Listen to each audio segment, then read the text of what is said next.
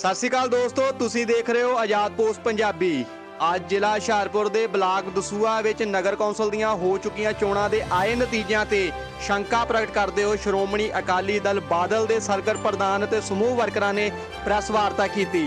ਕੀ ਕਿਹਾ ਉਹਨਾਂ ਨੇ ਇਸ ਮੌਕੇ ਦੇਖਦੇ ਹਾਂ ਅਮਰਜੀਤ ਸਿੰਘ ਜਲੋਟਾ ਅਤੇ ਜੀਐਸ ਆਜ਼ਾਦ ਦੀ ਵਿਸ਼ੇਸ਼ ਰਿਪੋਰਟ ਵਿੱਚ।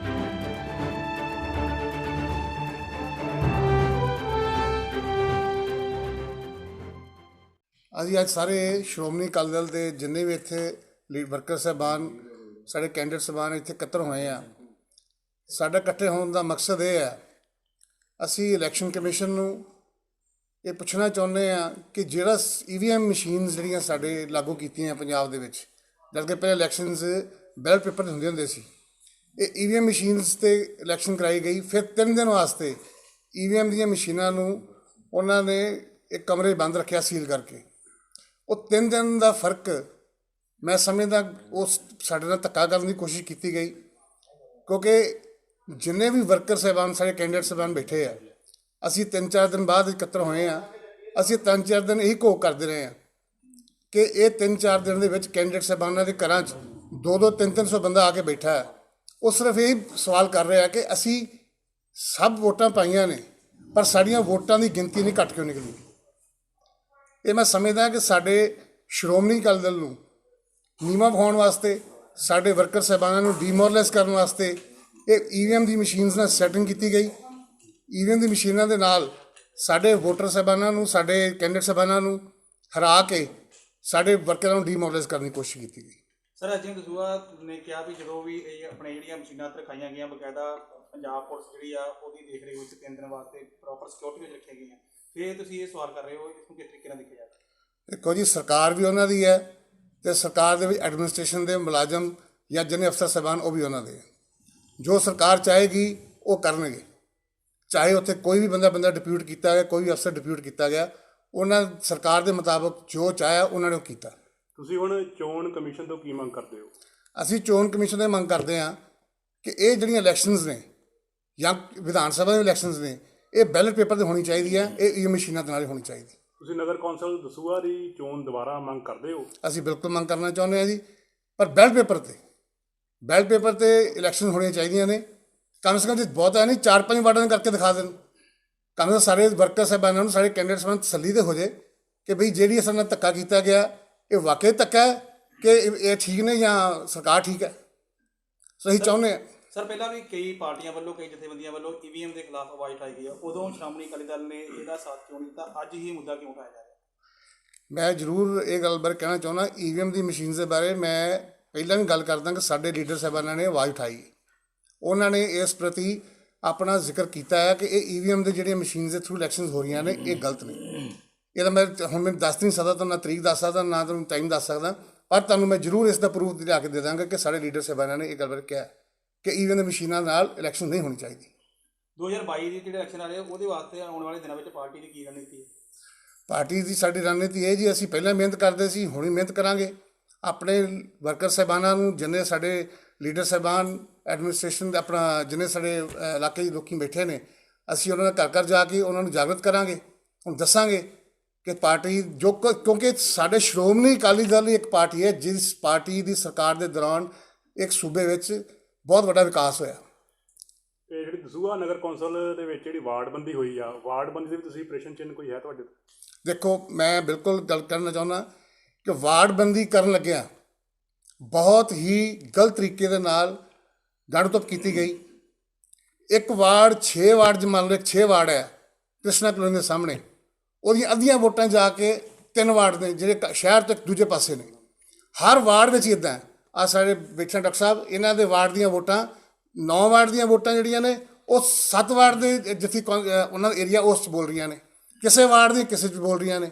ਵਾਰਡ ਇੱਥੇ ਆ ਪਰ ਉਹਦੀ ਜਿਹੜੀ ਸਥਿਤੀ ਹੈ ਵਾਰਡ ਦੀ ਇੱਥੇ ਹੈ, ਬਟ ਜਿਹੜੀਆਂ ਵੋਟਾਂ ਉਹਦੀਆਂ ਉਹ ਘੱਟੋ ਘੱਟ 2 ਕਿਲੋਮੀਟਰ ਦੂਰ ਨੇ, 3 ਕਿਲੋਮੀਟਰ ਦੂਰ ਨੇ। ਸੋ ਇਸ ਕਰਕੇ ਹਰ ਵਾਰਡ ਦੇ ਵਿੱਚ ਇੱਕ ਗਲਤ ਕੰਮ ਤਰੀਕੇ ਦੇ ਨਾਲ ਵਾਰਡਬੰਦੀ ਕੀਤੀ ਗਈ। ਜਿੱਥੇ ਉਹਨਾਂ ਨੂੰ ਮਹਿਸੂਸ ਹੋਇਆ ਕਿ ਸਾਡੇ ਬੰਦੇ ਇੱਥੇ ਆਹ ਵੋਟਾਂ ਸਾਨੂੰ ਚਾਹੀਦੀਆਂ ਨੇ, ਉਹਨੇ ਦਾਇਰੇ ਨਾਲ ਸੀਮਿਤ ਕਰਕੇ ਉਹਦੀ ਵਾਰਡਬੰਦੀ ਕਰਤੀ, ਬਾਕੀ ਉਹਨਾਂ ਨੇ ਕਿਸੇ ਹੋਰ ਵਾਰਡ 'ਚ ਪਾ ਦਿੱਤਾ। ਹਾਂ, ਇੱਕ ਮੈਂ ਦੱਸਣਾ ਚਾਹੁੰਦਾ, ਸਾਡੇ ਕਾਲੜਾ ਸਾਹਿਬ ਦੇ ਵਾਰਡ 47 ਵੋਟਾਂ 10 ਤਰੀਕ ਨੂੰ, ਮੈਂ ਕਿਹਾ 10 ਤਰੀਕ ਸੀਗੀ, 10-11 ਤਰੀਕ ਨੂੰ ਇਲੈਕਸ਼ਨ ਤੋਂ ਪਹਿਲਾਂ 47 ਵੋਟਾਂ ਇਹਨਾਂ ਦੀਆਂ ਕੱਟ ਕੇ ਦੂਜੇ ਵਾਰਡ 'ਚ ਪਾਤੀਆਂ ਗਈਆਂ। ਐਸਡੀਐਮ ਸਾਹਿਬ ਨੂੰ ਕੋਲ ਮੈਂ ਜਾ ਕੇ ਇਹ ਸਵਾਲ ਕੀਤਾ, ਮੈਂ ਕਿਹਾ ਜੀ ਤੁਸੀਂ ਕਹਿੰਦੇ ਸੀ ਕਿ ਵਾਰਡਬੰਦੀ ਹੋ ਚੁੱਕੀ ਹੈ, ਰਫ ਲਿਸਟ ਵੀ ਆ ਗਈ ਹੈ, ਕਿਸੇ ਨੇ ਇਤਰਾਜ਼ ਨਹੀਂ ਕੀਤਾ, ਜੇ ਕੀਤਾ ਉਹਦੇ ਤੇ ਅਸੀਂ ਉਹ ਠੀਕ ਕਰਨ ਦੀ ਕੋਸ਼ਿਸ਼ ਕੀਤੀ ਹੈ, ਬਟ ਹੁਣ ਅਸੀਂ ਫਾਈਨਲ ਲਿਸਟ ਤਿਆਰ ਹੋ ਗਈ, ਹੁਣ ਕੁਝ ਨਹੀਂ ਹੋ ਸਕਦਾ। ਪਰ ਜੇ ਉਸ 'ਚ ਕੁਝ ਨਹੀਂ ਹੋ ਸਕਦਾ, ਇਹਨਾਂ ਦੇ ਵਾਰਡ 'ਚ ਕਿਉਂ ਹੋਇਆ ਜੀ? ਇਹਨਾਂ ਦੇ ਵਾਰਡ ਉਹ 2 ਦਿਨ ਪਹਿਲਾਂ ਇਹ 47 ਵੋਟਾਂ ਕੱਟ ਕੇ ਉਹਨਾਂ ਨੇ ਦੂਜੇ ਵਾਰਡ 'ਚ ਕਰ ਦਿੱਤੀਆਂ। 5 ਵਾਰਡ ਦੀਆਂ ਕੱਟ ਕੇ ਤੁਹਾਡੇ ਇੱਕ ਜਿਹੜੇ ਨਗਰ ਕੌਂਸਲ ਦੇ ਕੈਂਡੀਡੇਟ ਸੀਗੇ ਉਹਨਾਂ ਵੱਲੋਂ ਇਹ ਗੱਲ ਕਹੀ ਗਈ ਸੀ, ਵੀਡੀਓ ਵਾਇਰਲ ਹੋ ਰਹੀ ਹੈ ਵਾਰ-ਵਾਰ, ਕਿ ਉਹਨਾਂ ਨੂੰ ਪੈਸੇ ਦਾ ਵੀ ਲਾਲਚ ਦਿੱਤਾ ਗਿਆ ਕਿ ਉਹ ਬਹਿ ਜਾਣ। ਹਾਂਜੀ ਸਰ, ਜੋਧਾ ਰਾਜਪੂਤ ਜੀ ਬੈਠੇ, ਉਹਨਾਂ ਦਾ ਵੀਡੀਓ ਵਾਇਰਲ ਹੋ ਰਹੀ ਹੈ ਫੇਸਬੁੱਕ ਤੇ ਵੀ ਉਹਨਾਂ ਨੂੰ ਲਾਲਚ ਦਿੱਤਾ ਗਿਆ। ਇਸ ਨੂੰ ਖੁਲਾਸਾ ਕਰੋਗੇ ਵੀ ਕਿਹਨਾਂ ਵੱਲੋਂ ਇਹ ਦਿੱਤਾ ਗਿਆ ਸੀ ਉਹਨਾਂ ਨੂੰ ਲਾਲਚ?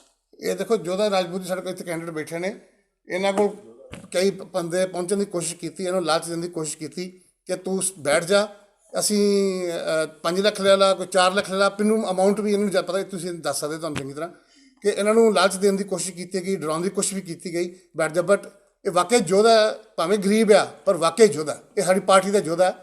ਇਹ ਖੜਾ ਰਿਹਾ, ਕਾਇਮ ਰਿਹਾ, ਪਰ ਕਿਸੇ ਤੋਂ ਡਰਿਆ ਨਹੀਂ, ਨਾ ਹੀ ਕਿਸੇ ਲਾਲਚ ਵਿੱਚ ਆਇਆ। ਤੁਹਾਨੂੰ ਨਹੀਂ ਲੱਗਦਾ ਜਿੱਦਾਂ ਜਿਹੜਾ ਕਿਸਾਨੀ ਮੁੱਦਾ ਚੱਲ ਰਿਹਾ, ਪਹਿਲਾਂ ਜਿਹੜਾ ਹਰਸਿਮਰਤ ਕੌਰ ਬਾਦਲ ਵੱਲੋਂ ਜਿਹੜਾ ਕਿ ਵੋਟਿੰਗ ਜਿਹੜਾ ਕਰ ਦਿੱਤੀ ਗਈ ਸੀ ਇਸ ਬਿੱਲਾਂ ਦੇ ਫੇਵਰ ਦੇ ਵਿੱਚ, ਬਾਅਦ ਵਿੱਚ ਬੇਸ਼ੱਕ ਉਹਨਾਂ ਨੇ ਆਪਣਾ ਜਿਹੜਾ ਉਹਨਾਂ ਨੇ ਅਸਤੀਫਾ ਦੇ ਦਿੱਤਾ, ਕਿਤੇ ਇਹ ਕਾਰਨ ਤਾਂ ਨਹੀਂ ਹੋ ਸਕਦਾ ਨਗਰ ਕੌਂਸਲ ਵਿੱਚ ਹਾਰ ਦਾ? ਨਹੀਂ, ਮੈਂ ਸਮਝ, ਦੇਖੋ ਬੀਬੀ ਹਰਸਿਮਰਤ ਬਾਦਲ ਜੀ ਤੇ ਇਲਜ਼ਾਮ ਲਾਉਣਾ ਬਿਲਕੁਲ ਗਲਤ ਹੈ ਤੇ ਬੇਬੁਨਿਆਦ ਹੈ। ਉਹਨਾਂ ਬੀਬੀ ਜੀ ਨੇ ਸਾਡੇ ਸੈਂਟਰ ਦੇ ਮੰਤਰੀਆਂ ਨਾਲ ਬੈਠ ਕੇ ਗੱਲ ਕੀਤੀ ਗਈ, ਉਹਨਾਂ ਨੇ ਸਾਡੇ ਮੰਤਰੀ ਸਾਹਿਬਾਨਾਂ ਜਿਹੜੇ ਉੱਥੇ ਸੀਗੇ, ਸਾਡੇ ਬੀਬੀ ਨਾਲ ਗੱਲ ਕੀਤੀ, ਦੱਸਿਆ ਉਹਨਾਂ ਨੂੰ ਕਿ ਇਹ ਫੇਵਰ 'ਚ ਨੇ ਬਿੱਲ, ਇਹ ਕਿਸਾਨਾਂ ਦੇ ਫੇਵਰ 'ਚ ਨੇ, ਬਟ ਜਿਹੜਾ ਉਹਦਾ ਕਾਪੀ ਸੀਗੀਆਂ, ਡਿਟੇਲ ਸੀਗੀਆਂ, ਉਹ ਨਹੀਂ ਸੀ ਦੱਸੀਆਂ ਉਹਨਾਂ ਨੂੰ, ਨਾ ਉਹਨਾਂ ਕੋਲ ਡਿਟੇਲ ਸੀਗੀਆਂ। ਜਦੋਂ ਉਹਨਾਂ ਡਿਟੇਲਸ ਪੜ੍ਹੀਆਂ, ਜਦੋਂ ਉਹਨੇ ਡਿਟੇਲਸ ਜਾ ਘੋਖ ਕੀਤੀ, ਫਿਰ ਉਹਨੇ ਸਮਝਿਆ ਕਿ ਇਹ ਵਾਕਿਆ ਸਾਡੇ ਨਾਲ ਇਹਨਾਂ ਨੇ ਬਲਫਬਾਜ਼ੀ ਕੀਤੀ ਹੈ, ਸਾਨੂੰ ਬਲਫ ਕੀਤਾ। ਇਸ ਕਰਕੇ ਉਹਨਾਂ ਨੇ ਜਦੋਂ ਪਤਾ ਲੱਗਾ ਉਸੇ ਵੇਲੇ ਉਹਨਾਂ ਆਪਣੇ ਪਾਰਟੀ ਤੋਂ ਆਪਣੀ ਅਸਤੀਫਾ ਦੇ ਦਿੱਤਾ। ਇੱਕ ਮੈਂ ਅਹਿਮ ਸਵਾਲ ਕਰਨਾ ਚਾਹਾਂਗਾ ਕਿ ਜਿਹੜਾ ਪਾਰਟੀ ਦਾ ਸਾਡਾ ਜਿਹੜਾ ਅਕਾਲੀ ਦਲ ਦਾ ਮੁੱਖ ਚਿਹਰੇ ਨੇ, ਜਿਹੜੇ ਸੁਖਬੀਰ ਬਾਦਲ ਹੋ ਗਏ ਜਾਂ ਵਿਕਰਮ ਸਿੰਘ ਮਜੀਠੀਆ, ਵਾਰ-ਵਾਰ ਉਹਨਾਂ ਦੇ ਉੱਤੇ ਕਾਫੀ ਵੀਡੀਓ ਵਾਇਰਲ ਹੁੰਦੀਆਂ ਵਿਵਾਦਾਂ ਵਿੱਚ, ਉਹਨਾਂ ਦਾ ਕਾਫੀ ਉਹਨਾਂ ਦਾ ਵਾਹ ਵਾਹਤਾ ਰਹਿੰਦਾ। ਤੁਹਾਨੂੰ ਲੱਗਦਾ ਕਿ ਪਾਰਟੀ ਦੇ ਜਿਹੜੇ ਮੁੱਖ ਚਿਹਰੇ ਚੇਂਜ ਕਰਨ ਦੀ ਵੀ ਇਸ ਟਾਈਮ ਲੋੜ ਹੈਗੀ ਹੈ? ਦੇਖੋ ਜੀ, ਬਾਦਲ ਸਾਹਿਬ ਜਾਂ ਬਾਦਲ ਸਾਹਿਬ ਦੇ ਪਰਿਵਾਰ ਉਹੀ ਇੱਕ ਸ਼ਖਸ ਨੇ ਜਿਨ੍ਹਾਂ ਨੇ ਪਾਰਟੀ ਨੂੰ ਹੁਣ ਤੱਕ ਇੱਥੇ ਇਸ ਮੁਕਾਮ ਤੱਕ ਲੈ ਕੇ ਆਂਦਾ। ਜਿਸ ਤਰ੍ਹਾਂ ਸੁਖਬੀਰ ਸਿੰਘ ਬਾਦਲ ਉਪ ਮੁੱਖ ਮੰਤਰੀ ਬਣੇ ਸੀਗੇ, ਤੇ ਉਹਨਾਂ ਦੇ ਕੰਮਾਂ ਕਰਕੇ ਹੀ ਦੁਬਾਰਾ ਸਰਕਾਰ ਹੋਈ ਸੀ, ਰਿਪੀਟ ਹੋਈ ਸੀ। ਠੀਕ ਹੈ, ਹੁਣ ਇਲਜ਼ਾਮ ਲਾਉਣ ਵਾਸਤੇ ਜੋ ਮਰਜ਼ੀ ਕੋਈ ਕਹੀ ਜਾਵੇ, ਪਰ ਸਾਬਤ ਕਰ ਸਕਿਆ ਕੋਈ? ਇਲਜ਼ਾਮ ਤੇ ਮੈਂ ਤੁਹਾਡੇ ਤੇ ਲਾ ਸਕਦਾ, ਕੋਈ ਮੇਰੇ ਤੇ ਲਾ ਸਕਦਾ, ਪਰ ਕੀ ਉਹਨੂੰ ਪ੍ਰੂਫ ਕਰ ਸਕਿਆ ਅਜੇ ਤੱਕ ਕੋਈ? ਇਲਜ਼ਾਮ ਲਾਉਣ ਨੂੰ ਜੋ ਮਰਜ਼ੀ ਕਹਿ ਦੋ, ਉਹਨੂੰ ਕੋਈ ਹੈ ਕੁਛ ਨਹੀਂ। ਜੇ ਉਹਨਾਂ ਨੇ ਗੱਲ ਕਰਨੀ ਹੈ ਤੇ ਗੱਲ ਕਰਨ ਡਿਵੈਲਪਮੈਂਟ ਤੇ, ਕੀ ਅਕਾਲੀ ਨੇ ਡਿਵੈਲਪਮੈਂਟ ਕੀਤੀ ਹੈ, ਕੀ ਕਾਂਗਰਸ ਨੇ ਕਰ ਸਕੀ ਹੈ, ਕੀ ਕੋਈ ਹੋਰ ਪਾਰਟੀ ਕਰ ਸਕੀ ਹੈ? ਜੇ ਨਹੀਂ ਕਰ ਸਕੀ ਤੇ ਇਸ ਕਰਕੇ ਉਹਨਾਂ ਨੂੰ ਇਲਜ਼ਾਮ ਲਾਉਣ ਤੋਂ ਇਲਾਵਾ ਹੋਰ ਕੋਈ ਕੰਮ ਨਹੀਂ, ਕਿ ਇਲਜ਼ਾਮ ਨਾਲ ਬਦਨਾਮ ਕੀਤਾ ਜਾਵੇ, ਹੋਰ ਤਾਂ ਕੋਈ ਰਸਤਾ ਕੋਈ ਹੈ ਨਹੀਂ। ਜਿਹੜੀ ਤੁਹਾਡੀ ਭਾਰਤੀ ਜਨਤਾ ਪਾਰਟੀ ਨਾਲ ਜਿਹੜੀ ਤੁਹਾਡੀ ਸੰਧੀ ਟੁੱਟੀ ਆ, ਉਹਦੇ ਵਿੱਚ ਵੀ ਕੋਈ ਇਫੈਕਟ ਪਿਆ, ਉਹਦੇ ਕਾਰਨ ਵੀ ਇਹ ਕੁਝ ਕਿਤੇ ਨਾ ਕਿਤੇ ਹਾਰ ਕਿਤੇ ਮੈਨੇ ਰੱਖਦੀ ਆ ਅਕਾਲੀ ਦਲ ਦੀ ਦਸੂਆ? ਬਿਲਕੁਲ ਮੈਂ ਸਮਝਦਾ ਜੀ, ਕਿਉਂਕਿ ਦੇਖੋ ਜਿੱਥੇ ਇੰਨੇ ਸਾਲਾਂ ਤੋਂ ਸਾਡਾ ਇੱਕ ਆਪਸ ਰਿਸ਼ਤਾ ਸੀਗਾ ਬੀਜੇਪੀ ਅਕਾਲੀ ਦਲ ਦਾ, ਤੇ ਜਦੋਂ ਇਹ ਕਿਸਾਨੀ ਵਿਰੋਧ ਬਿੱਲ ਆਏ ਨੇ, ਇਹ ਵੀ ਮੈਂ ਕਹਿੰਦਾ ਮੋਦੀ ਜੀ ਇੱਕ ਇਹੋ ਜਿਹਾ ਪ੍ਰਧਾਨ ਮੰਤਰੀ ਸਾਡੀ ਬਦਕਿਸਮਤੀ ਆ ਸਾਡੇ ਦੇਸ਼ ਨੂੰ ਮਿਲਿਆ, ਜਿਹਦੇ ਕਰਕੇ ਬੀਜੇਪੀ ਦੇ ਲੋਕ ਵੀ ਤੇ ਬੀਜੇਪੀ ਦੇ ਅਹੁਦੇਦਾਰ ਵੀ ਉਹ ਵੀ ਪਛਤਾ ਰਹੇ ਨੇ ਕਿ ਸਾਨੂੰ ਇਹੋ ਜਿਹਾ ਪ੍ਰਧਾਨ ਮੰਤਰੀ ਮਿਲਿਆ, ਇਹੋ ਜਿਹਾ ਉਹਨਾਂ ਦੀ ਪਾਰਟੀ ਨੂੰ ਲੀਡਰ ਮਿਲਿਆ, ਜਿਹਦੇ ਕਰਕੇ ਸਾਡੇ ਦੋਵੇਂ ਪਾਰਟੀਆਂ ਨੂੰ ਨੁਕਸਾਨ ਹੋਇਆ। ਕਿਉਂਕਿ ਇਸਤਰੀ ਪ੍ਰਧਾਨ ਨੇ ਤੇ ਜਿਹੜਾ ਸ਼ਹਿਰੀ ਪ੍ਰਧਾਨ ਨੇ ਜਿਹੜਾ ਅਸਤੀਫਾ ਦਿੱਤਾ ਹੈ, ਉਹਨੂੰ ਕਿਸ ਤਰੀਕੇ ਨਾਲ ਦੇਖਦੇ? ਦੇਖੋ, ਸਾਡੇ ਸ਼ਹਿਰੀ ਪ੍ਰਧਾਨ ਸਰਦਾਰ ਅਮਰੀਕ ਸਿੰਘ ਜੀ ਠੁਕਰਾਲ ਸਾਹਿਬ ਤੇ ਉਹਨਾਂ ਦੇ ਮਿਸਿਸ ਬੀਬੀ ਜਤਿੰਦਰ ਕੌਰ ਜਿਹੜੇ ਸ਼ਹਿਰੀ ਪ੍ਰਧਾਨ ਜਿਹੜੇ ਇਸਤਰੀ ਵਿੰਗ ਦੇ ਆ, ਉਹਨਾਂ ਨੇ ਅਸਤੀਫਾ ਦਿੱਤਾ ਇੱਕ ਜਜ਼ਬਾਤ ਵਿੱਚ ਆ ਕੇ, ਕਿਉਂਕਿ ਜਿੰਨੀ ਮਿਹਨਤ ਉਹਨਾਂ ਦੋਨਾਂ ਨੇ ਕੀਤੀ, ਮੈਂ ਸਮਝਦਾ ਕਿਸੇ ਨੇ ਇੰਨੀ ਮਿਹਨਤ ਨਹੀਂ ਕੀਤੀ ਸ਼ਹਿਰ ਦੇ ਵਿੱਚ। ਸਵੇਰੇ 7 ਵਜੇ ਤੋਂ ਲੈ ਕੇ ਰਾਤ ਦੇ 1-2 ਵਜੇ ਤੱਕ ਦੋਨੋਂ ਕਪਲ, ਮੈਂ ਸਮਝਦਾ ਸਾਰੇ ਸ਼ਹਿਰ ਦੇ ਵਿੱਚ ਥਾਂ ਜਾ ਕੇ ਮਿਹਨਤ ਕਰਦੇ ਸੀ, ਤੇ ਜਦੋਂ ਰਿਜ਼ਲਟ ਦੇਖਿਆ, ਉਹ ਇਹਨਾਂ ਨੂੰ ਇੱਕ ਐਕਸਪੈਕਟ ਨਹੀਂ ਸੀ ਹੈਗਾ ਕਿ ਇਹ ਗੱਲਾਂ ਹੋ ਸਕਦੀਆਂ ਨੇ। ਇਹ ਤਾਂ ਅਸੀਂ ਘੋਖ ਕਰਕੇ ਤੁਹਾਨੂੰ ਤਾਂ ਦੱਸਿਆ ਕਿ ਇਹ ਜੋ EVM ਦੀਆਂ ਮਸ਼ੀਨਾਂ ਦੇ ਨਾਲ ਜਿਹੜੀ ਘਪਲੇਬਾਜ਼ੀ ਕੀਤੀ ਗਈ ਹੈ, ਇਹ ਰਿਜ਼ਲਟ ਬਾਅਦ 'ਚ ਪਤਾ ਲੱਗਾ। ਲੋਕਾਂ ਨੂੰ ਮਿਲਿਆ, ਲੋਕਾਂ ਦੇ ਘਰਾਂ ਜਾ ਕੇ ਪੁੱਛਿਆ, ਅਸੀਂ ਲੋਕੀ ਇਕੱਠੇ ਹੋਏ ਆ, ਲੋਕਾਂ ਘਰਾਂ 'ਚ ਆਏ ਨੇ, ਕਿ ਕੈਂਡੀਡੇਟ ਦੇ ਘਰਾਂ ਜਾ ਕੇ ਬੈਠੇ, ਅਜੇ ਵੀ ਬੈਠੇ ਨੇ, ਤੇ ਕਹੋ ਤੁਹਾਡੇ ਨਾਲ, ਤੁਹਾਨੂੰ ਸਾਡੇ ਨਾਲ ਚੱਲੋ ਦਿਖਾ ਦਿੰਦੇ ਆ। ਉਸ ਤੋਂ ਬਾਅਦ ਅਸੀਂ ਇਸ ਚੀਜ਼ ਦਾ ਅਹਿਸਾਸ ਕੀਤਾ, ਸਮਝਿਆ ਕਿ ਇਹ ਸਾਡੇ EVM ਦੀਆਂ ਮਸ਼ੀਨਾਂ ਦੇ ਥਰੂ ਸਾਡੇ ਪਾਰਟੀ ਨੂੰ ਤੇ ਸਾਡੇ ਵਰਕਰ ਸਾਹਿਬਾਨਾਂ ਨੂੰ, ਕੈਂਡੀਡੇਟ ਸਾਹਿਬਾਨਾਂ ਨੂੰ ਡੀਮੋਰਲਾਈਜ਼ ਕਰਨ ਦੀ ਕੋਸ਼ਿਸ਼ ਕੀਤੀ ਗਈ। ਅਖੀਰ ਵਿੱਚ ਭਾਰਤੀ ਚੋਣ ਕਮਿਸ਼ਨ ਤੋਂ ਸਿੱਧੇ ਲਫ਼ਜ਼ਾਂ ਵਿੱਚ ਗੱਲ ਕਰੀਏ ਤੇ ਕੀ ਮੰਗ ਕਰਦੇ? ਅਸੀਂ ਚੋਣ ਕਮਿਸ਼ਨ ਅੱਗੇ ਇਹੀ ਬੇਨਤੀ ਕਰਨਾ ਚਾਹੁੰਦੇ ਹਾਂ ਕਿ ਸਾਡੀ ਇਹ ਜਿਹੜੀ ਇਲੈਕਸ਼ਨ ਹੈ, ਇਹ ਦੁਬਾਰਾ ਕਰਾਈ ਜਾਵੇ। ਬਟ ਬੈਲਟ ਪੇਪਰਾਂ ਤੇ। ਤੇ ਆਉਣ ਵਾਲੇ ਸਮੇਂ ਵਿੱਚ ਵੀ ਮੈਂ ਸਮਝਦਾ ਕਿ ਜਿਹੜੀਆਂ ਇਲੈਕਸ਼ਨਸ ਕੋਈ ਵੀ ਇਲੈਕਸ਼ਨ ਹੋਵੇ ਇਹ ਬੈਲਟ ਪੇਪਰ 'ਤੇ ਹੋਣੀ ਚਾਹੀਦੀ, ਈਵੀਐਮ ਮਸ਼ੀਨਾਂ ਨਹੀਂ ਹੋਣੀ ਚਾਹੀਦੀ। ਜਿਹੜੀ ਫੋਰਨ ਕੰਟਰੀ ਦੇ ਵਿੱਚ ਚੀਜ਼ ਫੇਲ ਹੋ ਗਈ ਹੈ ਉਹ ਇੱਥੇ ਹਿੰਦੁਸਤਾਨ 'ਚ ਲਾਗੂ ਕਰ ਦਿੱਤੀ ਹੈ। ਇਹ ਤੁਸੀਂ ਤਾਂ ਜਾਣਦੇ ਹੋਵੋਗੇ, ਕਿਸੇ ਵੇਲੇ ਈਵੀਐਮ ਮਸ਼ੀਨਾਂ ਦੀ ਨਾਲ ਪੋਲਿੰਗ ਹੁੰਦੀ ਸੀ ਫੋਰਨ ਕੰਟਰੀਜ਼ ਦੇ ਵਿੱਚ, ਉੱਥੇ ਵੀ ਇੱਕ ਨੁਕਸਾਨ ਹੋਇਆ। ਉਸ ਤੋਂ ਬਾਅਦ ਉਹ ਦੁਬਾਰਾ ਹਿੰਦੁਸਤਾਨ 'ਚ ਲਾਗੂ ਕੀਤੀ ਗਈ। ਇਹ ਬੜੀ ਮੈਂ ਸਮਝਦਾ ਬੜੀ ਸਿਆਣੀ ਗੱਲ ਹੈ। ਉਹਨਾਂ ਵਾਸਤੇ ਇਹ ਕੰਮ ਕਿਉਂ ਕੀਤਾ ਗਿਆ? ਸਰ ਚੋਣ ਕਮਿਸ਼ਨ ਵੱਲੋਂ ਜੇ ਤੁਹਾਡੀ ਮੰਗ ਨਹੀਂ ਮੰਨੀ ਜਾਂਦੀ ਤਾਂ ਫਿਰ ਅਗਲੀ ਰਣਨੀਤੀ ਕੀ ਹੋਊਗੀ? ਨਹੀਂ ਕੀਤੀ ਜਾਂਦੀ। ਅਸੀਂ ਇਹਦੇ ਖਿਲਾਫ ਜੋ ਅਸੀਂ ਕਰ ਸਕਦੇ ਹਾਂ ਆਪਣੇ ਪਾਰਟੀ ਹਾਈ ਕਮਾਂਡ ਨੂੰ ਪੁੱਛ ਕੇ, ਅਸੀਂ ਹਾਈ ਕਮਾਂਡ ਨਾਲ ਸਲਾਹ ਕਰਕੇ ਜੋ ਇਹਦੇ ਖਿਲਾਫ ਜੇ ਧਰਨਾ ਦੇਣਾ ਪਿਆ ਧਰਨਾ ਦੇਵਾਂਗੇ, ਜੋ ਐਜੀਟੇਸ਼ਨ ਕਰਨੀ ਪਈ ਸੀ ਉਹ ਵੀ ਕਰਾਂਗੇ। ਅੱਗੇ ਵੀ ਕਿਸਾਨ ਸਾਡੇ ਭਰਾ ਬੈਠੇ ਨੇ ਉੱਥੇ, ਅਸੀਂ ਇਹ ਵੀ ਨਾਲ ਜੋੜ ਕੇ ਇਸ 'ਤੇ ਵੀ ਐਜੀਟੇਸ਼ਨ ਕਰਨ ਲੱਪਾਂਗੇ। ਹਾਂਜੀ ਨਵੀਂ ਜੀ, ਤੁਹਾਡੇ ਵੱਲੋਂ ਜਿਹੜਾ ਮੁੱਦਾ ਚੱਕਿਆ ਗਿਆ ਦਸੂਹੇ ਦੇ ਵਿੱਚ ਈਵੀਐਮ ਮਸ਼ੀਨਾਂ ਦਾ ਜਿਹੜਾ ਤੁਸੀਂ ਕਹਿ ਰਹੇ ਹੋ ਵੀ ਘਪਲੇਬਾਜ਼ੀ ਹੋ ਰਹੀ ਹੈ, ਕੀ ਕਹਿਣਾ ਚਾਹੁੰਦੇ ਹੋ? ਜੀ ਦੇਖੋ ਜੀ, ਸਭ ਤੋਂ ਵੱਡੀ ਗੱਲ ਹੈ ਕਿ ਜਿਹੜੀ ਇਹ ਹੁਣ ਜਿੱਤ ਹੋਈ ਹੈ ਕਾਂਗਰਸ ਸਰਕਾਰ ਦੀ, ਅਸੀਂ ਦੇਖ ਰਹੇ ਕਿ ਮਿਊਨਿਸਪਲ ਕਾਰਪੋਰੇਸ਼ਨ ਦੇ ਵਿੱਚ 15 ਦੀਆਂ 15 ਸੀਟਾਂ ਜਿਹੜੀਆਂ ਕਾਂਗਰਸ ਦੇ ਖਾਤੇ ਵਿੱਚ ਗਈਆਂ ਨੇ।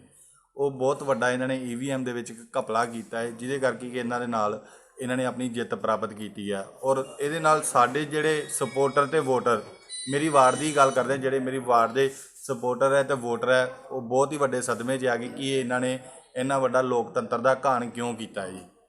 ਦੇਖੋ ਇਸ ਤਰ੍ਹਾਂ ਜਿਹੜਾ ਇਹ ਸਰਕਾਰ ਨੂੰ ਨਹੀਂ ਕਰਨਾ ਚਾਹੀਦਾ ਹੈਗਾ ਜੀ। ਔਰ ਅਸੀਂ ਤਾਂ ਇਹੀ ਇਲੈਕਸ਼ਨ ਕਮਿਸ਼ਨ ਤੋਂ ਮੰਗ ਕਰਦੇ ਕਿ ਦੁਬਾਰਾ ਤੋਂ ਇਲੈਕਸ਼ਨ ਹੋਣੇ ਚਾਹੀਦੇ ਆ।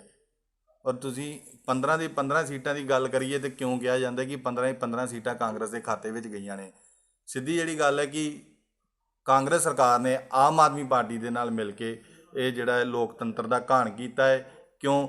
ਕਾਂਗਰਸ ਸਰਕਾਰ ਦੇ ਵਿੱਚੋਂ ਹੀ ਘੁੰਮਣ ਸਾਹਿਬ ਜੇ ਗੱਲ ਕਰੀਏ ਤਾਂ ਪਹਿਲਾਂ ਜਦੋਂ ਪਿਛਲੀ ਵਾਰੀ ਲਾਸਟ ਟਾਈਮ 'ਤੇ ਆਪਣੇ ਆਮ ਆਦਮੀ ਪਾਰਟੀ ਦੇ ਵਿੱਚ ਜੁਆਇਨ ਕਰਨ ਤੋਂ ਪਹਿਲਾਂ ਉਹ ਕਾਂਗਰਸ ਦੇ ਵਿੱਚ ਸੀ। ਜਦੋਂ ਐਮਪੀ ਦੇ ਇਲੈਕਸ਼ਨ ਵੀ ਹੋਈ ਤਾਂ ਉਦੋਂ ਵੀ ਉਹਨਾਂ ਨੇ ਕਾਂਗਰਸ ਦੀ ਸਪੋਰਟ ਕੀਤੀ ਸੀਗੀ। ਉਹ ਇਹ ਖੁੱਲ੍ਹੇ ਤੌਰ 'ਤੇ ਹਰ ਕੋਈ ਜਾਣਦਾ ਹੈ ਕਿ ਘੁੰਮਣ ਸਾਹਿਬ ਪਹਿਲਾਂ ਜਿਹੜਾ ਝੰਡਾ ਸੀਗਾ ਉਹ ਕਾਂਗਰਸ ਦਾ ਚੁੱਕ ਕੇ ਘੁੰਮਦੇ ਸੀ। ਇਸ ਕਰਕੇ ਸਿੱਧੇ ਤੌਰ 'ਤੇ ਕਾਂਗਰਸ ਸਰਕਾਰ ਨੇ ਆਮ ਆਦਮੀ ਪਾਰਟੀ ਨਾਲ ਮਿਲ ਕੇ ਇਹ ਅਕਾਲੀ ਦਲ ਨੂੰ ਜਿਹੜਾ ਹੈ ਵੱਡਾ ਝਟਕਾ ਦਿੱਤਾ ਹੈ। ਜਾਂ ਸਿੱਧੇ ਰਫਤਾਰ ਤੁਸੀਂ ਇਹ ਕਹਿਣਾ ਚਾਹੁੰਦੇ ਵੀ ਜਿਹੜਾ ਇਹ ਜਿੱਤ ਹੋਈ ਆ ਕਾਂਗਰਸ ਦੀ ਦਸੂਹੇ ਦੇ ਵਿੱਚ ਉਹ ਗੁਪਤ ਸਮਝੌਤਾ ਦੇ ਤਹਿਤ ਹੋਈ ਹੈ? ਬਿਲਕੁਲ। ਦੇਖੋ ਹਰ ਕੋਈ ਜਾਣਦਾ, ਇਹ ਤੁਸੀਂ ਵੀਡੀਓਜ਼ ਵੀ ਦੇਖੀਆਂ ਹੋਣਗੀਆਂ, ਕੁਝ ਸ਼ਖਸੀਅਤਾਂ ਸਾਡੇ ਸ਼ਹਿਰ ਦੀਆਂ ਹੈਗੀਆਂ ਜਿਨ੍ਹਾਂ ਨੇ ਪਹਿਲਾਂ ਹੀ ਕਹਿ ਦਿੱਤਾ ਕਿ ਗੁਪਤ ਸਮਝੌਤੇ ਹੋ ਚੁੱਕੇ ਨੇ। ਜਿਸ ਦਿਨ ਰਿਜ਼ਲਟ ਆਉਣਾ ਸੀ, ਸਵੇਰ ਦੀ ਗੱਲ ਹੈ, 17 ਤਰੀਕ ਦੀ ਰਿਜ਼ਲਟ ਦੀ, ਉਸ ਦਿਨ ਜਦੋਂ ਸਾਡੇ ਪੋਲਿੰਗ ਏਜੰਟਸ ਅੱਗੇ ਕਾਊਂਟਿੰਗ ਲੈ ਜਾ ਰਹੇ ਤੇ ਬਾਹਰ ਹੀ ਉਹਨਾਂ ਨੂੰ ਗੇਟ 'ਤੇ ਕਹਿ ਦਿੱਤਾ ਕਿ ਤੁਸੀਂ ਇੱਥੇ ਕੀ ਕਰਨ ਆਏ ਹੋ। ਜਦੋਂ ਉਹਨਾਂ ਨੇ ਕਿਹਾ ਕਿ ਕਾਊਂਟਿੰਗ ਹੋਣੀ ਹੈ ਇਸ ਕਰਕੇ ਆਏ ਆ, ਉਹ ਕਹਿੰਦੇ ਜੀ 11/4 ਹੋ ਗਿਆ ਹੋਇਆ ਹੈ। ਸਵੇਰੇ 9 ਵਜੇ ਹੀ 11/4 ਦਾ ਪਤਾ ਲੱਗਦਾ ਪਿਆ ਤੇ 9:30 ਵਜੇ ਤੱਕ ਜਦੋਂ ਰਿਜ਼ਲਟ ਆਉਂਦੇ ਆ ਉਹ ਵੀ ਇਹੀ ਰਿਜ਼ਲਟ ਆ ਰਹੇ ਆ। ਔਰ ਦੇਖੋ ਰਿਜ਼ਲਟ ਕੱਢਣ ਦੇ ਵਿੱਚ ਸਿਰਫ 30 ਮਿੰਟ ਦਾ ਸਮਾਂ ਲੱਗਿਆ। ਇਹ ਜਿਹੜਾ ਕੈਪਟਨ ਸਾਹਿਬ ਨੇ 3 ਦਿਨ ਪਾਏ, ਇਹ ਆਪਣੇ ਵਾਸਤੇ ਪਾਈ ਸੀ। ਜੇ ਰਿਜ਼ਲਟ ਦੇਣੇ ਹੁੰਦੇ ਤੇ 4 ਵਜੇ ਪੋਲਿੰਗ ਬੰਦ ਹੋ ਰਹੀ ਹੈ, ਵੱਧ ਤੋਂ ਵੱਧ 5 ਵਜੇ ਤੱਕ ਵੋਟਿੰਗ ਹੋਈ ਹੋਏਗੀ, 5:30 ਵਜੇ ਤੱਕ ਉਸੇ ਦਿਨ ਵੀ ਸੇਮ ਟਾਈਮ 'ਤੇ ਰਿਜ਼ਲਟ ਦੇ ਸਕਦੇ ਸੀ। ਪਰ ਜਦੋਂ ਇਹਨਾਂ ਨੇ ਕਰਨਾ ਹੀ ਈਵੀਐਮ ਦੇ ਮਸਲੇ ਦੇ ਉੱਤੇ ਗੱਲ ਕਰਨੀ ਸੀ ਤੇ ਮੇਰੇ ਹਿਸਾਬ ਨਾਲ ਕੈਪਟਨ ਸਾਹਿਬ ਵੈਸੇ ਕਹਿ ਰਹੇ ਨੇ ਕਿ ਅਸੀਂ ਜਿੱਤੇ ਹੋਏ ਹਾਂ ਜੀ। ਸੋ ਇਹ ਜਿਹੜਾ ਇਹ ਸਾਡੇ ਨਾਲ ਨਹੀਂ, ਅਸੀਂ ਇਹ ਕਹਿੰਦੇ ਕਿ ਅਸੀਂ ਤਾਂ ਚਲੋ ਕੈਂਡੀਡੇਟ ਸੀ, ਇਹਦੇ ਨਾਲ ਵੋਟਰ ਦੇ ਨਾਲ ਵੀ ਵੱਡਾ ਧੋਖਾ ਕੀਤਾ ਜੀ ਇਹਨਾਂ ਨੇ। ਜਿਹੜਾ ਤੁਹਾਡੇ ਵਾਰਡ ਵਿੱਚ ਕੁਝ ਵੋਟਾਂ ਦਾ ਫੇਰਬਦਲ ਹੋਇਆ, ਤੁਸੀਂ ਉਸ ਬਾਰੇ ਕੀ ਕਹਿਣਾ ਚਾਹੋਗੇ?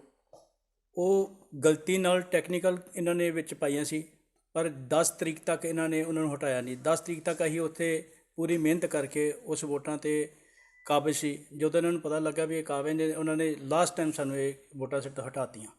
ਔਰ ਹਟਾ ਕੇ ਕੀ ਕੀਤਾ ਉਹ ਵੋਟਾਂ ਦਾ? ਉਹ 10 ਵਾਰਡ 'ਚ ਪਾ ਦਿੱਤੀਆਂ ਜੀ। ਐਕਸਪਲੇਨ ਕਰੋ 47 ਵੋਟਾਂ ਕਿੰਨੀ? 47 ਵੋਟਾਂ 47 ਵੋਟਾਂ ਤੁਹਾਡੇ ਵਾਰਡ 'ਚ ਸਨ, ਉਹ ਕੱਟ ਕੇ ਦੂਸਰੇ ਵਾਰਡ ਵਿੱਚ ਇਮੀਡੀਏਟਲੀ ਪਾਈਆਂ। ਇਮੀਡੀਏਟਲੀ ਪਾਈਆਂ ਵੋਟਾਂ ਤੋਂ ਕਿੰਨੇ ਦਿਨ ਪਹਿਲਾਂ? 4 ਦਿਨ ਪਹਿਲਾਂ ਜੀ। ਯਾਨੀ ਕਿ ਇਹ ਕਹਿਣਾ ਚਾਹੋਗੇ ਵੀ ਜਿਹੜੀ ਵਾਰਡਬੰਦੀ ਵੀ ਉਹਨੇ ਆਪਣੇ ਮਨ ਮੁਤਾਬਕ ਆਪਾਂ ਮਨ ਮੁਤਾਬਕ ਹੀ ਹੋਈ ਹੈ ਜੀ। ਪਰ ਮੇਰਾ ਇੱਕ ਤੁਹਾਨੂੰ ਪੱਤਰਕਾਰ ਵੀਰਾਂ ਨੂੰ ਸਵਾਲ ਹੈ ਵੀ ਤੁਸੀਂ ਰਿਪੋਰਟਿੰਗ ਕਰਦੇ ਰਹੇ ਹੋ, ਕਿ ਤੁਹਾਨੂੰ ਮਹਿਸੂਸ ਹੋਇਆ ਕਦੇ ਵੀ ਫਿਰ ਇਲੈਕਸ਼ਨ ਹੋਏ ਨੇ? ਇਸ ਸੰਬੰਧੀ ਇੱਕ ਪੱਤਰਕਾਰ ਵੀਰ ਨੇ ਆਪਣੇ ਚੈਨਲ ਦੇ ਉੱਪਰ, ਆਪਣੇ ਅਖਬਾਰ ਦੇ ਉੱਪਰ ਇਹ ਸਪਸ਼ਟ ਕਰ ਦਿੱਤਾ ਵੀ ਇਹ ਸਾਰਾ ਡਰ ਤੇ ਸਾਏ ਦੇ ਹੇਠ ਇਲੈਕਸ਼ਨ ਹੋਇਆ। ਡਰਾਇਆ ਧਮਕਾਇਆ ਗਿਆ ਵੋਟਰਾਂ ਨੂੰ, ਔਰ ਬਹੁਤ ਹੀ ਮਤਲਬ ਬੁਰਾ ਤਰੀਕਾ ਵਰਤਿਆ ਗਿਆ ਇਲੈਕਸ਼ਨ ਜਿੱਤਣ ਵਾਸਤੇ। ਹੁਣ ਤੁਸੀਂ ਕੀ ਮੰਗ ਕਰਦੇ ਹੋ ਚੋਣ ਕਮਿਸ਼ਨ ਤੋਂ? ਅਸੀਂ ਮੰਗ ਕਰਦੇ ਹਾਂ ਜੀ ਵੀ ਇਹਨੂੰ ਬੈਲਟ ਪੇਪਰ 'ਤੇ ਅੱਜ ਹੀ ਇਲੈਕਸ਼ਨ ਕਰਾ ਦੇਣ। ਪਾਣੀ ਦਾ ਪਾਣੀ, ਦੁੱਧ ਦਾ ਦੁੱਧ ਹੋ ਜਾਏਗਾ ਜੀ।